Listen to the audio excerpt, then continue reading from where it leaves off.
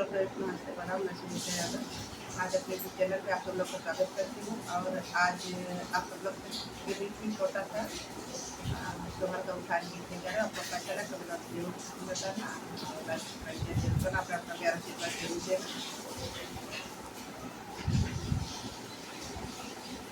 जुग जुग जिया सोला लानावा भावाना वाक्य भाग जागल हो ललना लाल होइयै फूलवा के दीपक मानवा में आस जागल हो कि ललना लाल होइयै फूलवा के दीपक मानवा में आस जागल हो।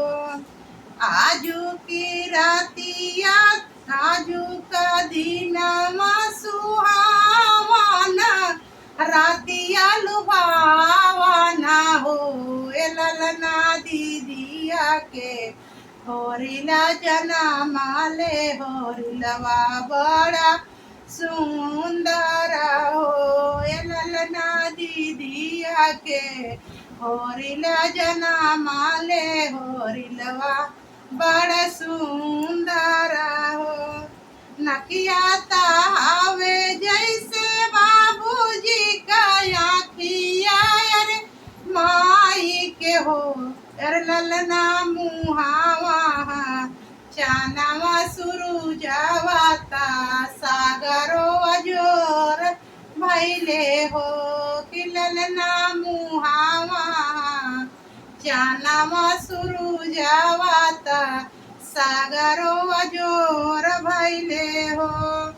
सासू सुहागिनी बड़ी भागिनी अनधन लुटावाई हो ललना दुआरा पे बाजेला बधाई आया ननवा उठे सोहरा हो ये ललना दुआरा पे बाजेला बधाई आया ननवा उठे सोहरा हो।